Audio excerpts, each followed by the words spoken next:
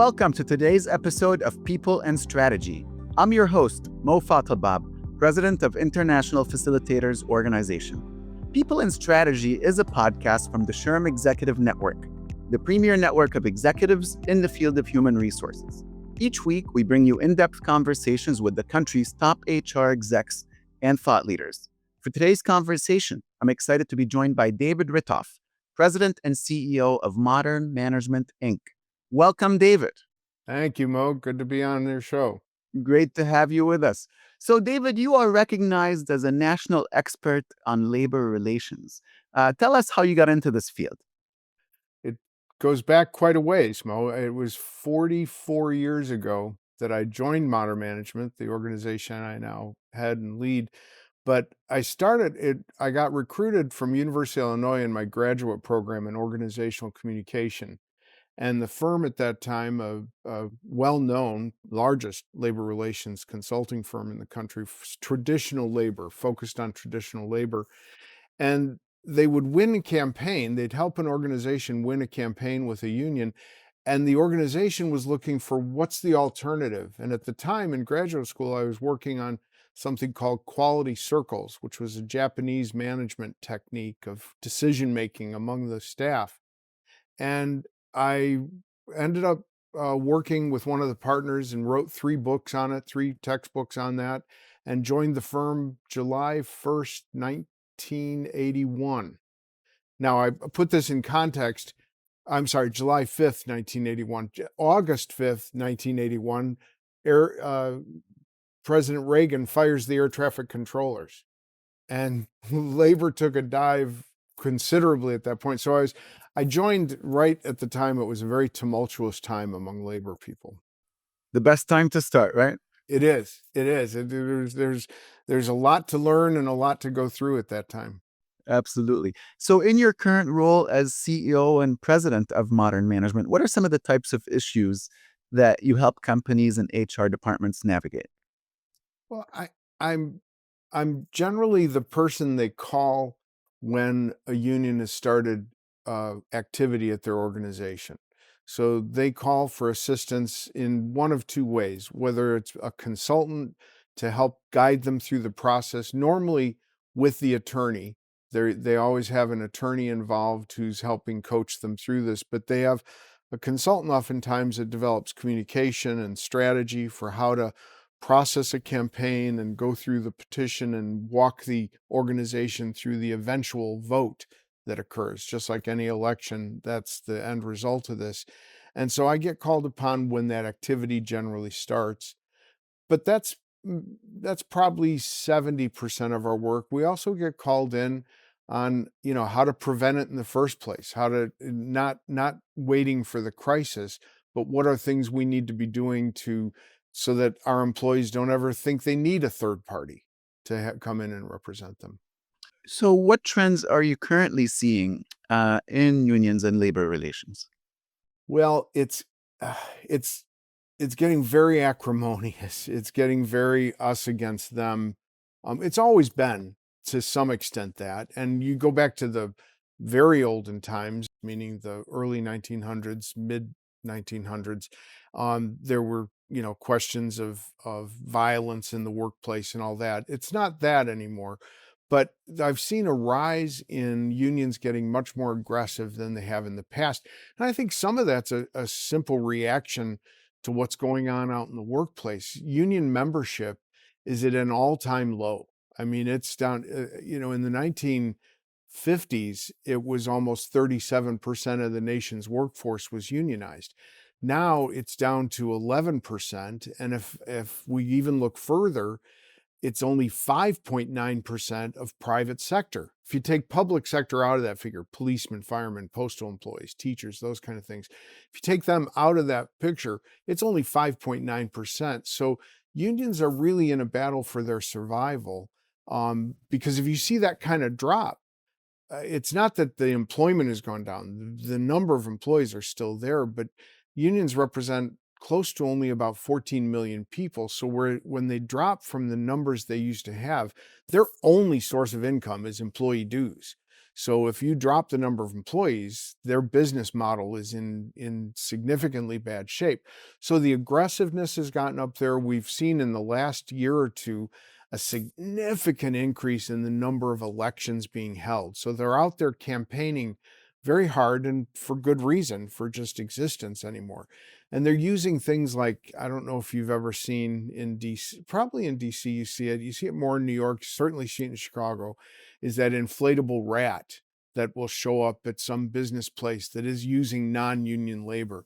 And you're just seeing lots more of that. In fact, there's different characters out there now. It's not just the rat. They'll have Frankenstein or any huge blow up piece to try and draw attention to villainize the employer and to try and gather support from employees. But I just see it a lot more aggressive than it's been. And what do you think is the cause of that? Well, one is that they see an opportunity like they've never seen before. The Gen Z, the most recent generation category they call, is seen in the statistics as the most pro-union generation ever, something like 71% approval rating. So with that kind of, I mean, years ago, labor union organizers, their credibility was down right near car dealers. Today, that credibility has gone up because Gen Z believes in alternative ways of representation in the workplace. They're looking for something to solve issues where they don't trust management. And so we're seeing, I think unions are just seeing the opportunity that they haven't had. Mm, mm. And what do you think is the cause of less and less employees being in unions and that drop that you described a second ago? There's a few different reasons for that. I think one of them, certainly the biggest, is the costs have gone up and people don't like sharing their income. And if you belong to a union, there's dues associated with that. So people are now, and it's not a de minimis cost. At one time, it used to be kind of minor. It was minimal. It was maybe, an hour of pay per month or something. Now you're looking at some unions charging 3.5% of annual income. So if you look at an increase of 3% a year, you've just wiped out that increase. So there's a cost to it that they haven't expected. I think they're also, as they get more and more educated, they turn down union representation once they're educated. People think, gee, that looks like it might be a great answer to our situation or to solve problems. But when they really look at the collective bargaining agreement or a contract, they see it doesn't. There are many issues I see employees have that would never see the light of day in bargaining a contract. And once they get educated to that, but clearly, Mo, the largest reason for the big drop in union representation over the past several decades has been the exiting of production and manufacturing jobs from the country. We just don't make anything here anymore. We don't make TVs or radios or, you know, car parts are made somewhere else. We assemble the car here, but we don't make it here. So, gosh, in 81, when I started this business, I think UAW was over 1 million members. They're now somewhere around 364,000. And I think that's just the exporting of our jobs in the country. Amazing. So, your work with companies, David, is primarily to help them stay union free. What are some of the mistakes you see them commonly make that cause the employees to even consider unionization? The number one reason people go after a union is not, I mean, they'll say wages and benefits. That's always part of every campaign. But they normally go to a union because they feel the employer has ignored them in the decision-making process for making a change. And they want involvement. And they want to say, you've got to talk to my union rep before you do this. And if an employer could just get much more focused in on the runway of time leading up to change, making sure people get oriented to it, get some time to adjust to it, it makes a big difference in whether or not people go out and seek third-party representation. Well, that is a great explanation. So, what are some of the early warning signs that a workforce is becoming vulnerable to potential unionization? 44 years in the business, I can walk into a place and smell it. I mean, you You could can smell just it. I love that. well, you What does can it smell you like? you can just feel it. You really start to feel the difference in a workplace. When people start to become just more adversarial, they're not accepting of things. They're angry. They're disrespectful in public ways, Mo, where they start shouting out at meetings angry phrases or things. Those are, pretty obvious signs. There are other signs though, when language starts to change. They use terms like grievance and contract and arbitration, words that just normally aren't out there. All of a sudden they're starting to see that. Now, of course, when you see flyers show up or a union organizer out front standing out passing out flyers or something, that's the obvious sign. But it normally starts with indication of it starts with an employee going to a supervisor and saying, hey, this person gave me this authorization card and said I should sign it and join up. What do you think? Now, what that supervisor says in that next 20 seconds makes a difference whether the campaign takes off or whether it gets diminishes. And if a supervisor goes, gee, I don't know what it is, doesn't matter to me, or, do what you have to do, and never reports it or never talks about it from then going forward, union has a lot of opportunity to gain a foothold into a place. But some of the early warning signs there are you see people start to gather in places that normally don't.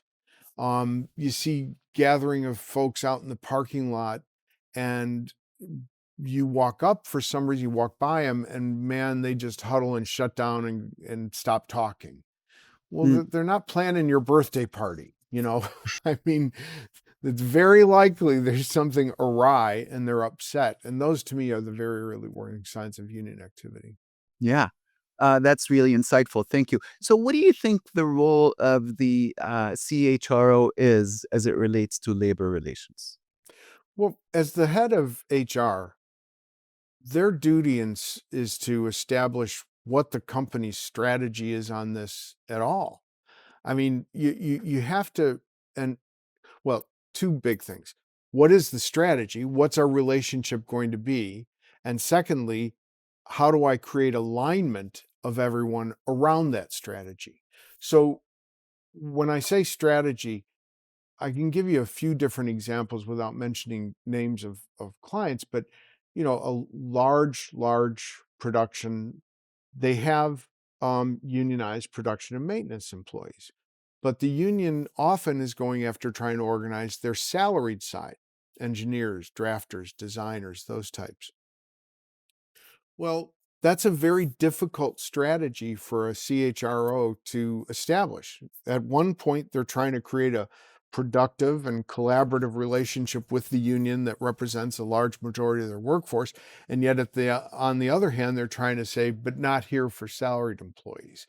So the CHRO is really in charge of how do we say this? How do we structure this? And then getting alignment among all the executives to say, yes, that's what our strategy should be and should be going forward.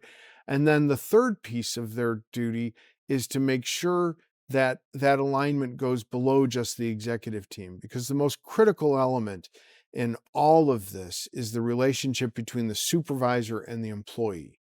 That's what changes the most.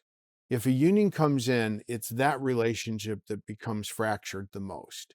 And so as a result, the CHRO has to be in charge of making sure that supervisors are trained on this, aligned with the principles, and supportive of the employer's position on this.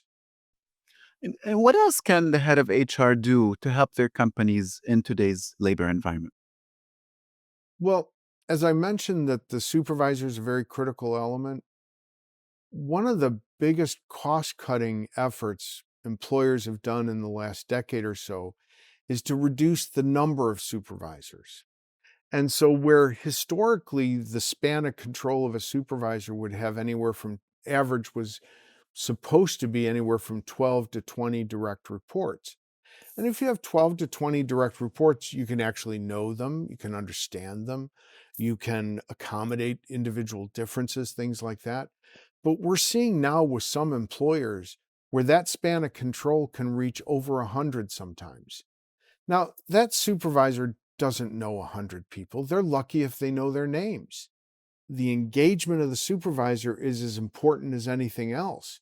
So we have to have them believing that the company's doing the right things, supporting the right policies. And if we've lost, what I'm finding so often now is the campaign within the campaign. Yes, you're campaigning employees to vote yes, vote no for the company, meaning no union, that we're asking them to vote that way and hoping they vote that way. But you won't get those votes if you don't have the supervisor who also believes that's the right way to go. And we're losing our supervisors these days. They're feeling as fractured and as stressed and as pushed and as pulled as the employees are.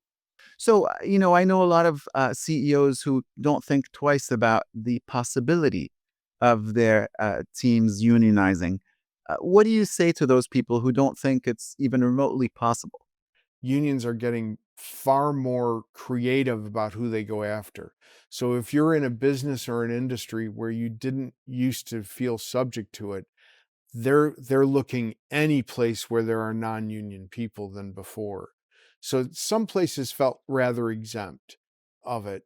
Banks for a long time thought that they weren't subject to these things. Well, that changed, and the union started to target credit card operations and some of those card operations, and they would go after them. Communication Workers America did that for quite a while. But we're seeing that they're going after teachers in charter schools. They're certainly going after every healthcare professional. Where we lost all these production and maintenance jobs that I mentioned, where manufacturing's gone, we've increased in volumes the number of service jobs, especially places like healthcare. As we're an aging population, we're needing healthcare a lot more. And so there's far more. Years ago, in 1980s, when I started in this business, Mo, you walked into any town, you tried to find out what part was made there, what manufacturer, and that was the biggest employer. Today, you walk into any town, the largest employer, oh, that's at St. Joe's, that's St. Mary's, the hospital. That's the largest employer any place. And so we're starting to see that those service jobs, very subject to union campaigns, and they're going after physicians and residents, and they're trying to organize college athletes. So the unions are getting much more creative. The workforce was turnover rates were 200 and 300%, so they would move so fast a union couldn't get them. Starbucks changed that. So where you've got this company where unions have said, no, we're going to organize them. We're going to push the pedal to the metal here. And they've been fairly active in trying to organize places like Starbucks, other fast food places they're going after. So the typically exempt places, things you never thought of it, they're going for every nook and cranny of any place they can find these days. And any union will go after anybody. Is there a company size under which you don't need to worry about it if it's a small business? It's funny. You would think that, but most of the elections, so there's 1,500 elections, vast majority of them are 10 or less employees. Oh, So okay. it's yeah, two or more is all you need to unionize. You just can't unionize as a person in a job, but two or more and it can unionize. And vast majority, and I'll tell you something else, Mo, the smaller elections, those small units are the hardest for an employer to win. They're the most difficult to influence. Once you've lost them, you have a hard time bringing them back into the fold. And And why believe is me. that? I think they're heavily influenced, once they've gone a direction, and the union is very careful about making sure that the employer doesn't hear about it for a while. So they're careful to try and make sure and convince them of all what they say are the benefits of a union. So you have a very hard time as an employer, once you become aware of it, trying to unwind all the things that the union has told them and to say, well, wait a minute, did you know that the average negotiations, I mean, this one fact alone would shock, I think, a fast food worker. The average length of time it to negotiate a union contract, 465 days. They won't even be there 465 days, you know?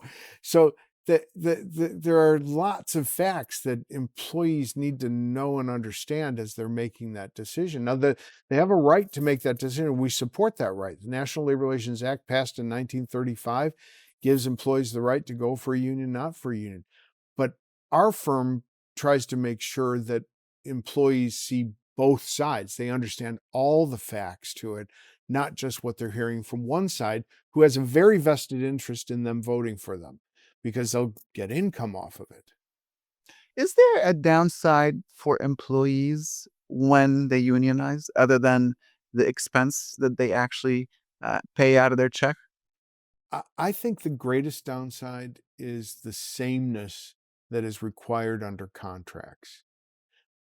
The rigidness of a union contract all of a sudden has an employer in the position of managing sameness, not fairness. And so to me, that's one of the most compelling pieces. I think the other biggest thing is that the union contracts cause all kinds of lines of demarcation in jobs. I do tables, but I don't do chairs. I do windows, but I don't do walls. Now, from a business model as a union, that makes great sense because the more people you have doing it, the more dues you're collecting. So that makes total sense. But from an employer side, you lose all kinds of efficiencies. But from an employee side, I lose job differentiation and interest in my work and growth opportunities to now become somebody who eventually becomes a supervisor of multiple functions. So you get pigeonholed into one kind of job. I think you lose interest, you lose motivation in things, and you lose the ability to grow in an organization, even outside the organization, even to learn things to maybe become more recruitable to other companies. I think that's a beautiful little clip that every company should play for all its employees. Thank you for that. So, what about generational differences in the workplace, especially younger employees? What do companies need to think about with labor issues as they consider that? Every generation has had its individual differences. You know, baby boomer that I'm part of, we had our generational differences. Gen X, Gen Z, Gen Y, they've all had different influences that make them somewhat individual. I think understanding number one is a company doesn't should stop trying to change or mold the generation into what they think is right, but should spend more time in just trying to understand what their needs are, what they're thinking of. If they would spend more time on that rather than trying to get them into compliance with what they think is correct. You know, people talk about the work ethic is such a no, then do things that motivate them to want to be part of it. I really blame employers more than anything else about this is that they need to understand what is the motivation of the Gen Z and start to create things in your organization that either accommodate that or get them more interested in things. Earlier generations, they were about individuality. Gen Z is fine with joining groups, with participating in movement type things, in demonstrations, in it's different than previous generations. Not good, not worse, just different, just somewhat different.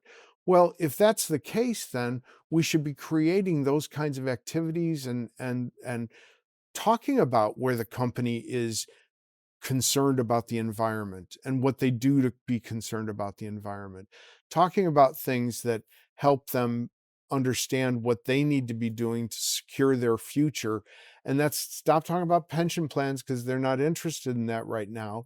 But what are things that they should be interested in that will keep job enrichment for them, keep them interested in what they're doing, help them grow in the kind of function, help them learn more. They're big on education. Gen Z is. So if we start to look more at what they're interested in and pay attention to those generational differences, I'm going to answer your question in another different diversion, though, as we talk about this, because I think I mentioned earlier Gen Z's more supportive of unions than any other generation in the past. And when I say that, it's like 71% approval. I don't think it's because they really understand what a union can or cannot do. I think they appreciate the concept of together we're better. And so that's the one thing that they jump into.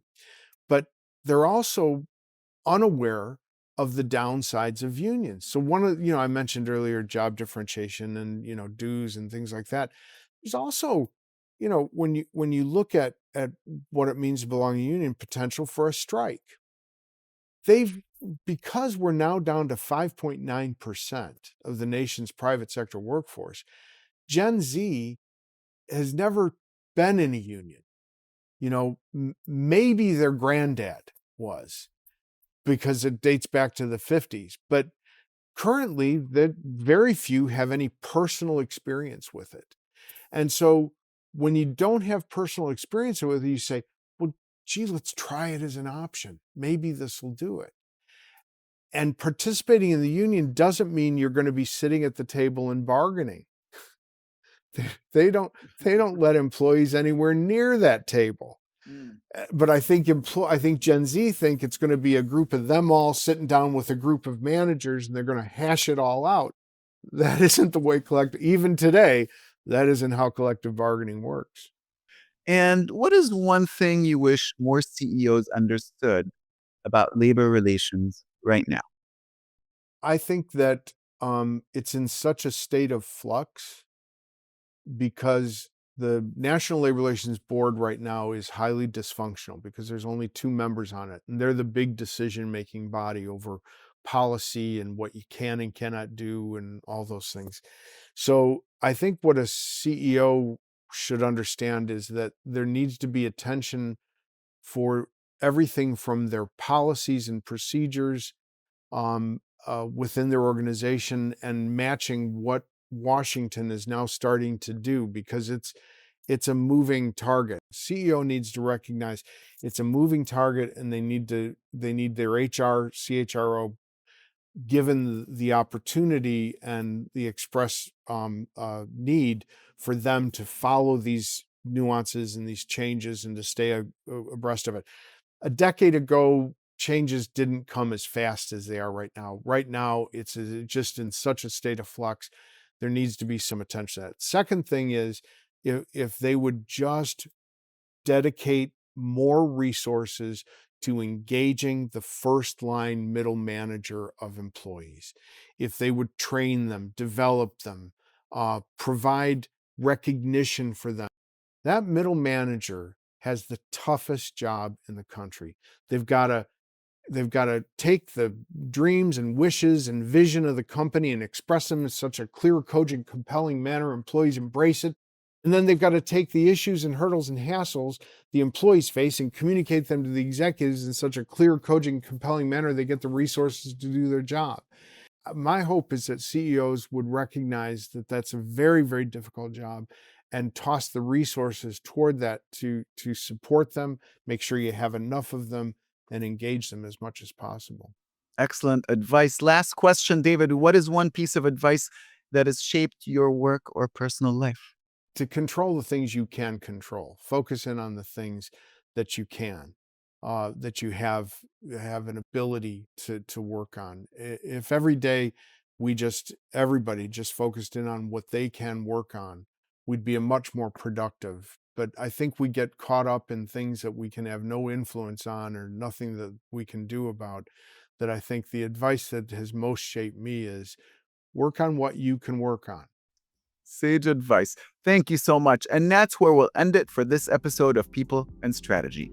A huge thanks to David for your valuable insights. So nice to see you, Mo. Thanks for your time. Thank you. Great to see you, David. Thanks for tuning in. You could follow the People and Strategy podcast wherever you get your podcasts. Also, podcast reviews have a real impact on podcast visibility. So if you enjoyed today's episode, leave a review to help others find the show. Finally, you could find all our episodes on our website at shrm.org/podcasts. And while you're there, sign up for our weekly newsletter. Thanks for joining us and have a great day.